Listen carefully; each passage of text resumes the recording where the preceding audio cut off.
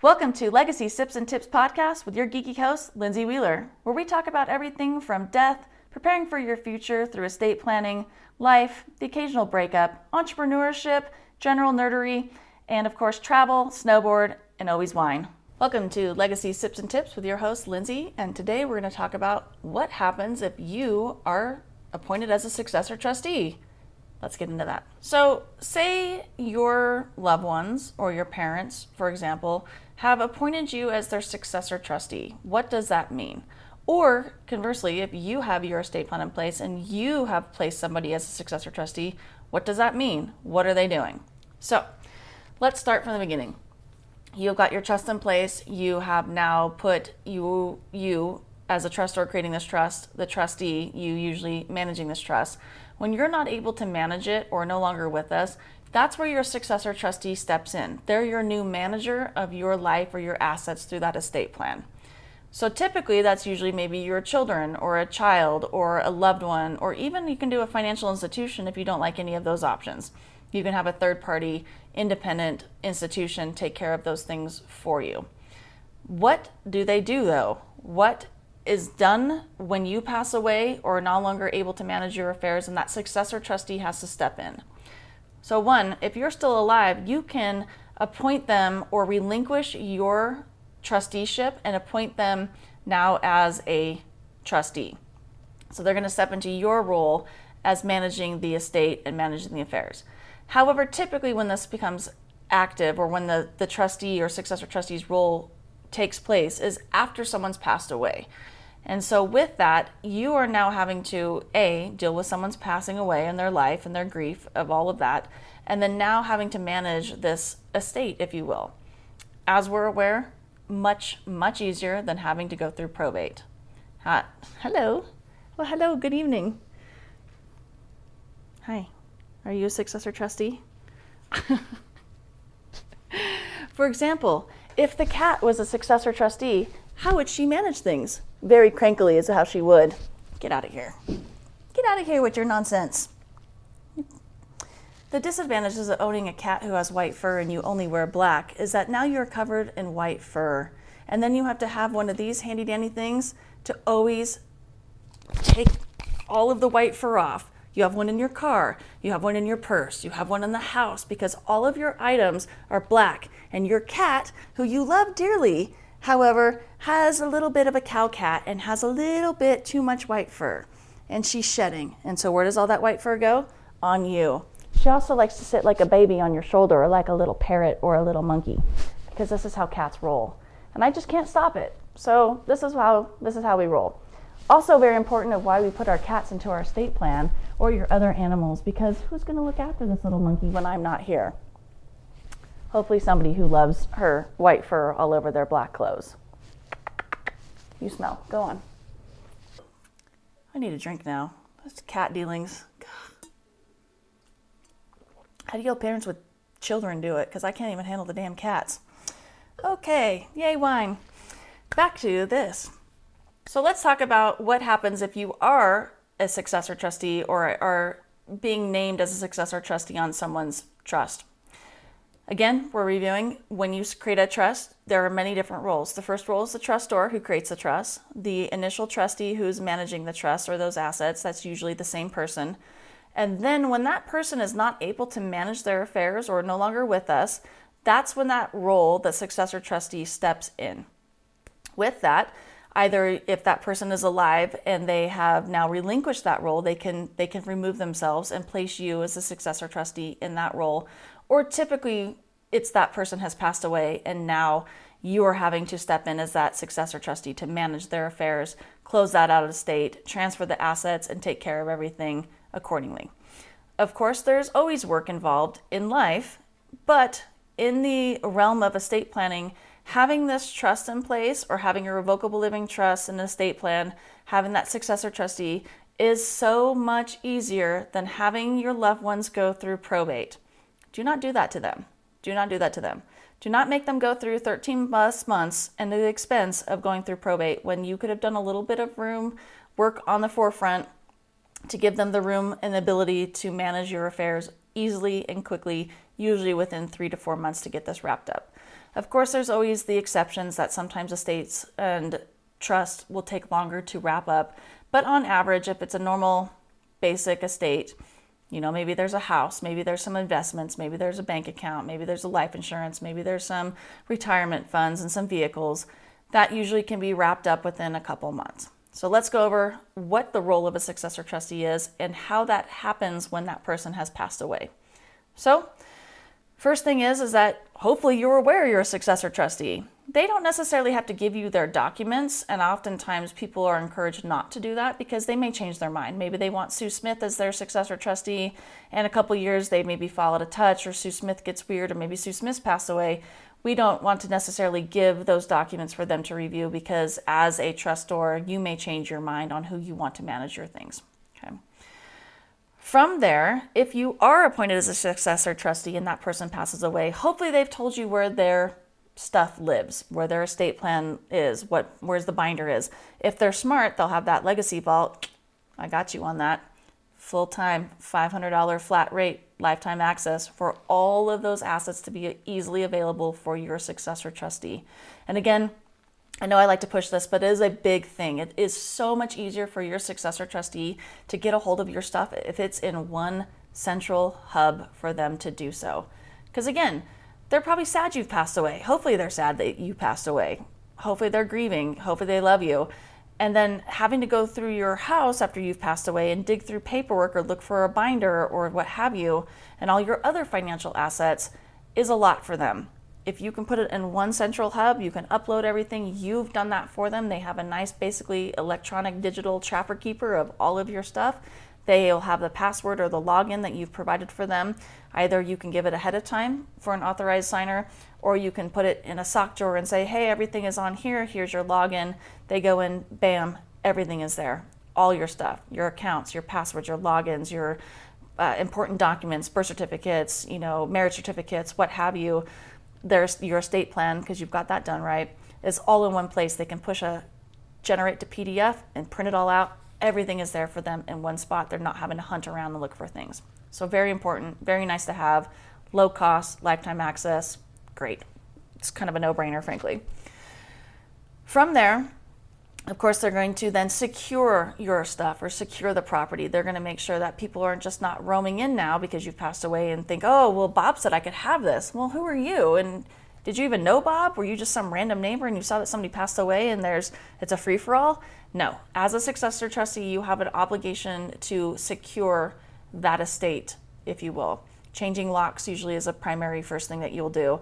Making sure that big ticket items are held and are secure so they're not just going to what we call walk away. Okay. Do an asset inventory. So again, hopefully that person has done that for you, again, putting all that stuff in that legacy vault for big ticket items. Everything's available for you to know. But also it's good for you to go through and do kind of an inventory of those assets in the estate. Take a video and go through and make sure everything is kind of arranged and cataloged. And at the end of the day, I know this is harsh, but most of that's going to go into a dumpster. It is brutal, it is difficult, it is harsh, but dead people's things all pretty much get thrown away unless they're like bigger, nicer items. What you think is great and that you like and that you think is nice, oftentimes is not for other people, and it just literally gets put into a dumpster. You may have an estate sale, if you will. You've seen those where they'll have more of the nicer items, or you'll have people come through and they can pick and choose what they want out of the house to sell those personal items that are not specifically listed within your estate plan, or that you specifically listed for people to have, or that you wanted them to go to. Okay. So again, making sure that the estate is secure, doing a asset inventory as best as you can, finding those documents and making sure that you have the accessibility of those documents to then start going through and taking care of those assets for that person who is now passed. From there, depending on your state, there's communication requirements, informing beneficiaries that this person has passed away. In my state, in Nevada, we are a may state, not a shall state. You may contact these people and let them know. You don't have to. It's not a shall. You shall have to do that. We don't do that. Other states like California, it is a shall state. So always check with your jurisdiction of what your requirements are now as a successor trustee on those notice requirements. Typically, you would also put a notice within the newspaper that that person has passed away, that you're a successor trustee of an estate, and that if a creditor has a claim, that they can come forward and provide notice that they should be reimbursed for this claim, if you will. Credit cards sometimes will do that. Maybe if they had a loan outstanding or something like that, or they owed money, then that financial institution or that person would make a claim against the estate to be reimbursed or paid for that claim. Okay, so that's an important thing to do, making sure that you double check your notice requirements. With that, you of course are now stepping in the role of the manager of this estate, like a business. So say it was an ice cream shop and the manager no longer is there to take care of things, you are now managing this ice cream shop. With that becomes financial responsibilities and fiduciary requirements. That is, again, securing the property, securing that assets and those estates, and then taking care and taking note of what needs to be paid, closing out credit cards, closing estate, assets, if you will, notifying financial institutions that this person has passed away. Typically, you would have, hopefully, a designated beneficiary has been listed as a trust on your financial accounts if you have set this up, and now your successor can just come in, show that death certificate, open an estate account, and then those financial institutions will transfer that money into that estate account, if you will, if that estate account has not already been set up. So when you do your estate plan, you can set up that account for your successor trustees already, or typically what people do is have the designated beneficiary listed as the trust on those financial assets, if you will. So what happens when somebody passes away? That successor trustee is going to get what we call an EIN through the federal government, and it's a very easy process to do. It's online. Double check that it is free and that you are on the actual government website, because there's a lot of websites on there that'll do it for you and charge you $80, $90 when it's actually super easy, straightforward, and free through our IRS government. So just double check that it is free. If you're being charged, you're on the wrong site. So go there. You will get an estate EIN. That is the federal tax number. It's like basically the estate social security number. Okay.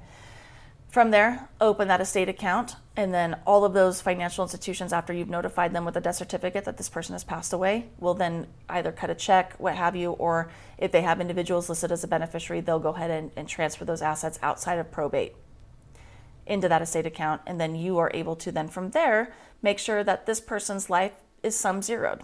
No distribution of assets occur until that person's life is summed zeroed out. That means paying their debt, paying their resources, making sure everything is taken care of before any distribution happens to any beneficiary listed on there. So oftentimes, people might have a insolvent estate. Maybe they are really on the border. They have a second mortgage out there. They've taken personal lines. They've done, other types of credits. They have obscene credit card debt. Maybe they own their vehicles, whatever it is. Oftentimes people think, well, they had a house, they had this. Well, that's great, but they also had an obscene amount of debt that has to be paid. So that's where people kind of get stuck, where they think, well, I should be getting this big inheritance. Well, no, that person has a lot of debt that needs to be paid off first from their estate before any of that distribution happens. So oftentimes a beneficiary may only get maybe $10,000 or $5,000 or no money at all because they're upside down with their life. So double checking that, making sure everything's secure, doing that inventory, basically harnessing all the financial institutions and assets, if you will, putting notice in the paper that someone's passed away, so if a creditor needs to come forward. And then from there, once you have done that, you can, of course, take care of those bills. Usually there's, within this certain law or statute of your state, will have a time frame that creditors can come forward with, depending on the estate value. Usually that's 60 to 90 days, if you will. Then afterwards, if that's all sum zeroed out, then you can start doing that distribution to the heirs. So usually we're at about, 3 months in, 4 months in, what have you. Always double check those documents, making sure that there's no amendments within that trust that have changed the original agreement, making sure that if there's a personal property memorandum, that those personal items are going to go where those are supposed to go to, that the dead person wants them to have. I always say my example is, Sue Smith, I want her to have that Thomas Kincaid painting because she just loved it every time she came over. Going through there, you have that instructions because that person has set out those instructions for you through their estate plan. You're not guessing or going through probate at that time. At that time too, you're doing that beneficiary designations, letting those institutions know. They're going to then have, start trickling in that money. You're going to have that estate account, like I said. And then from there, after all the debts are paid for, everything is ready to go. Maybe you've liquidated the house, maybe you've sold the house, you've dumped all the things that are not worth anything, you've had estate sales. Then from there you have basically a nice end of the day amount. Of course, keep good records when you're doing this if you're a successor trustee of what you've done, what you've bought, what you've sold, your expenses, things that have been donated, things that have been sold, what's been transferred. Just keep a nice diary of all the things that you're done, because beneficiaries can also ask for an accounting, if you will, of what you're doing. So again, you have that fiduciary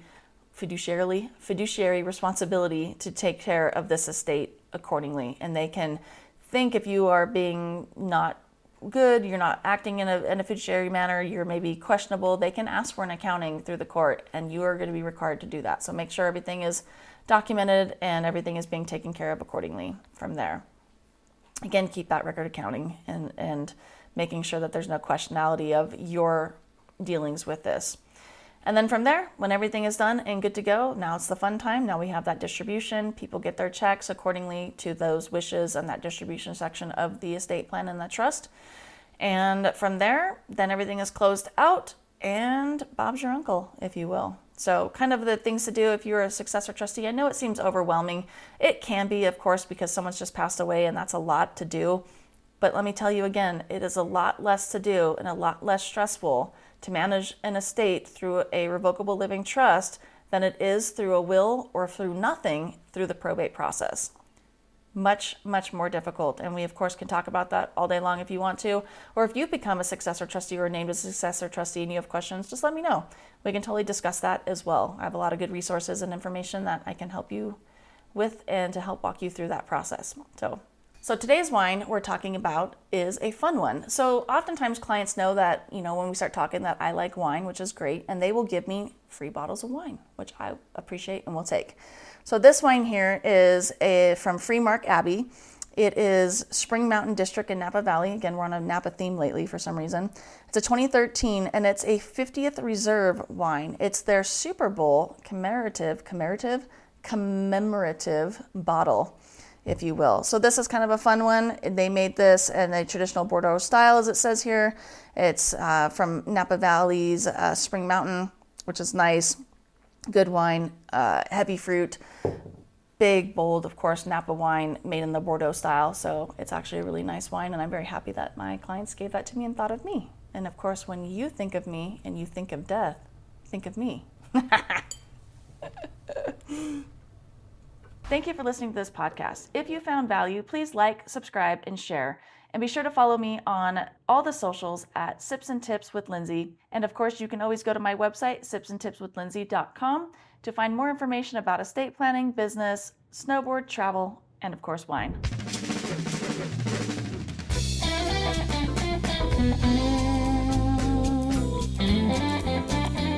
As always, we have to get the legal stuff out of the way. I went to law school, so you don't have to. However, we have to read the special disclaimer that I am not a practicing attorney. I am not your attorney. I am not offering any legal advice in any content or any episode. All content is for your information and educational purposes only. It is not a substitute for seeking your own legal advice from your own attorney or other professionals such as a CPA or financial advisor. I cannot give legal advice and do not offer any legal services or legal advice, but I do offer some fun and educational content for you to enjoy.